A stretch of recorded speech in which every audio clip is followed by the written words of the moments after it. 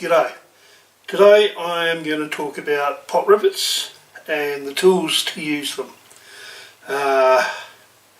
These are the tools I own and these are the tools I've used, some for many years. And what I'm going to talk about is how useful they are, the pros and cons of each one, and how useful they are to me in my small shed. So firstly, pot rivet gun, the one that we all know. Basic, simple, stick your rivet in, squeeze your trigger, squeeze your handles, and your pot rivet goes in. Pretty much the basic one that everybody's used, and I've used this from the basic one like this to some very expensive hand riveters in the many years I've spent installing aluminium windows and fixtures, etc. So, basic one. The next one is drill attachment. This fits into your ordinary battery drill or hand drill or whatever you've got. You put the rivet in, hold onto the handle or hold onto the shaft, squeeze the trigger of your drill, draws it in, bang goes the pot rivet. Okay, this is the one I've only bought not long ago, 6 months ago, and we'll talk about that before. The other one is the pneumatic rivet gun. Plug it into your air supply, pop your rivet in, pull your trigger, and it pops your rivet and the stem comes out the back. Okay, so they're the three that I've used. I think there's other types that you can use. I know there's a scissor type one and various others, but these are the ones that I've used. So I'm going to go through the pros and cons of each one, then I'm going to show you how they work. Firstly, the hand riveter. The pros, you don't need anything else to use them. They're just as they are. They will get into most tight places. They don't have a very big profile here, very thin here, and you can get them into most places and they work.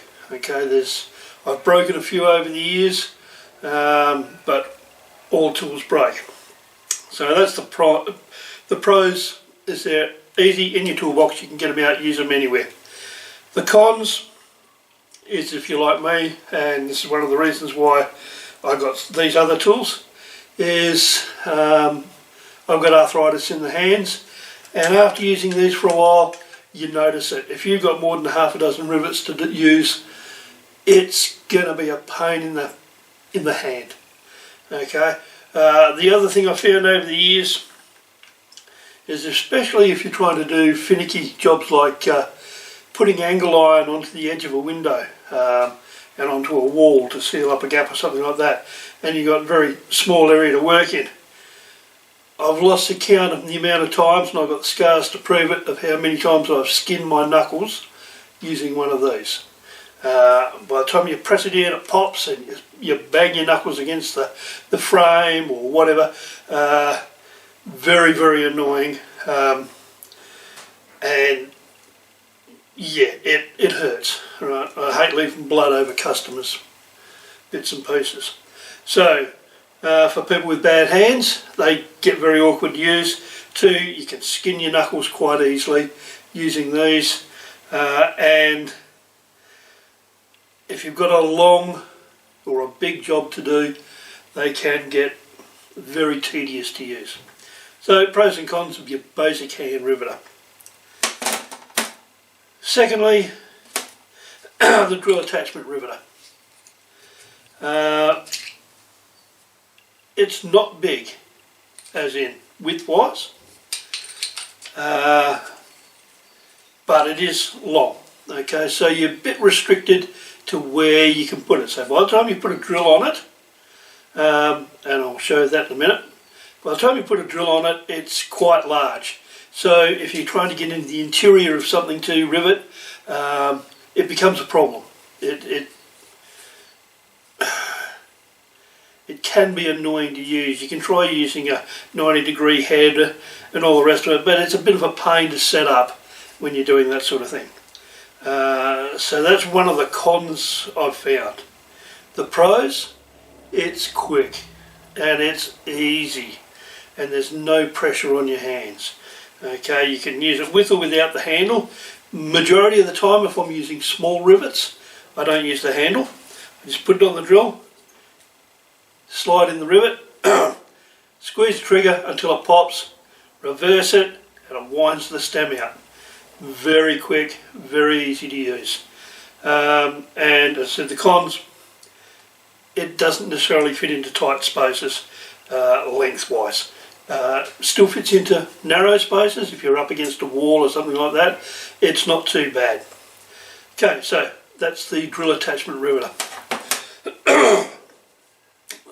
The next one is the pneumatic riveter. Okay, the cons on this is it's big. It's quite large, takes up a lot of room. You can't get it into tight spots like you can with the other two in certain circumstances, and you need an air supply. Okay, if you haven't got an air supply, these are absolutely useless. Okay, that's the cons that I found with it. The pros, it's fast. If you've got 1,000 rivets to do it, this is the only way to go, as long as they're easily accessible.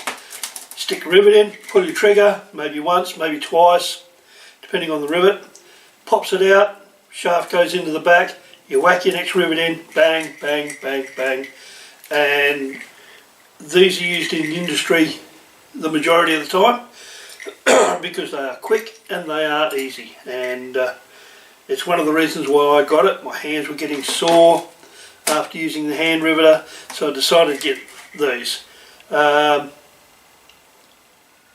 And they're a great bit of gear. You've got to do maintenance on them, and you need an air supply. So if you can't carry a compressor around with you, they're pretty much useless. So you can't use them as a tool in your toolbox if you're going out onto a job site and you don't have a compressor. But otherwise, great bit of gear. Absolutely brilliant bit of gear. Okay, lastly, the cost. These range from $10 upwards. I have in industry used ones that were several $100s, and yeah, they're a bit easier to use, they're a bit more comfortable to use, they're a slimmer design, but the cons still sort of stay the same.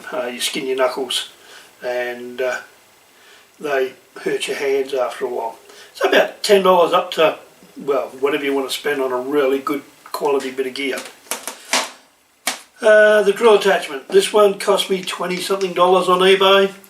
I've seen them up to $60, $70 for the name brand ones. This is pretty much a Chinese no-name brand. So cheap, probably as cheap as what the average one of these is. And yeah, so between $20 and say $60 or $70. I have seen a few higher than that, but I think you're paying for the name more than you're paying for the equipment. Cheap $20 tool, never had a problem with it. Okay, the pneumatic.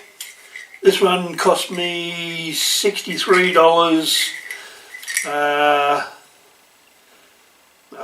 3 or 4 years ago. Again, on the cheaper side for this one. It does come with some attachments and bits and pieces, carry case and whatnot, but yeah, they also go up in price, so you can spend hundreds of dollars on them for the really good quality name brands. But this one, for my home workshop, it's never really let me down and works just fine. So what I'm going to do now is set up the camera, and I'm going to show you how each one of them works and how good they are. Okay, so we'll be back in a second.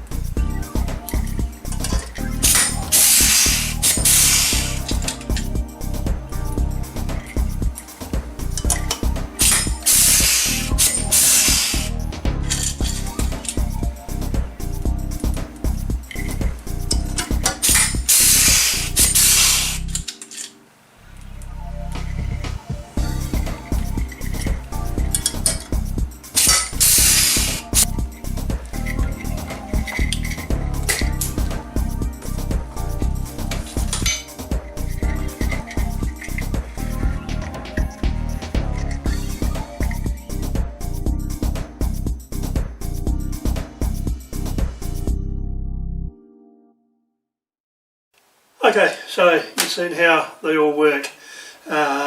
Just a couple of little things. When you attach this one, you've got to wind it in reverse till you hear the clicking. Then you can put your rivet in. Put your rivet in, drive it in forward, rivet pops, drive it back out in reverse, and the rivet comes out. Very simple to use. Great little bit of gear. You can sit there and do hundreds of rivets and no problems. And it takes a reasonable amount of time, probably a bit quicker than using the hand riveter. But it works. There's very little to go wrong with them, and it does the job. So 20 bucks, well worth the investment for one of these, especially if you're like me, if your hands are going off a bit and that hand riveter doesn't work. Pneumatic riveter works well, works fast.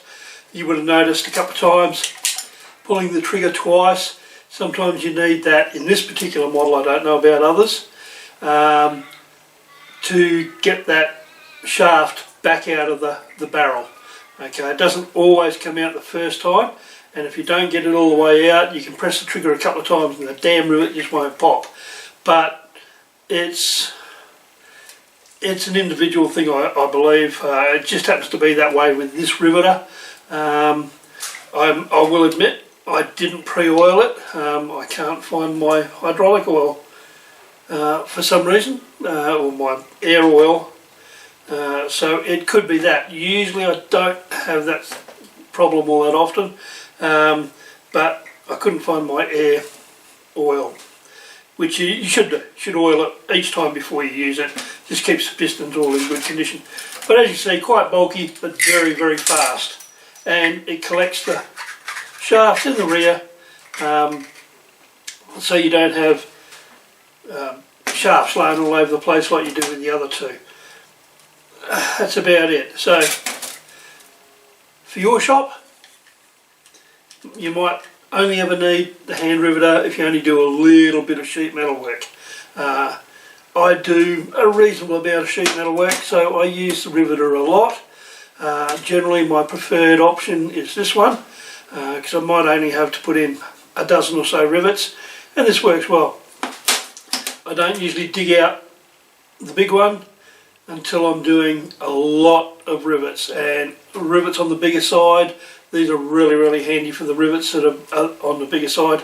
The ones that I was using were 1/8 rivets, so yeah, not a lot of effort to use them. But if you're using the bigger, thicker 4.5mm rivets, something like that, then yeah, the air gun really comes into its own, and it makes life so much easier. So that's the 3 riveters. One of them will be useful in your shop. These are the ones that I use in mine. Decide yourself, or get all 3. They're not. I've probably spent less than $100 on all of these rivets, all up, which is probably the price of a really good hand riveter. So, all 3. I hope you've learned something out of it, or I've helped with something to make your life in your workshop a little bit easier like I do. Okay, thanks very much, and we will catch you on the next one.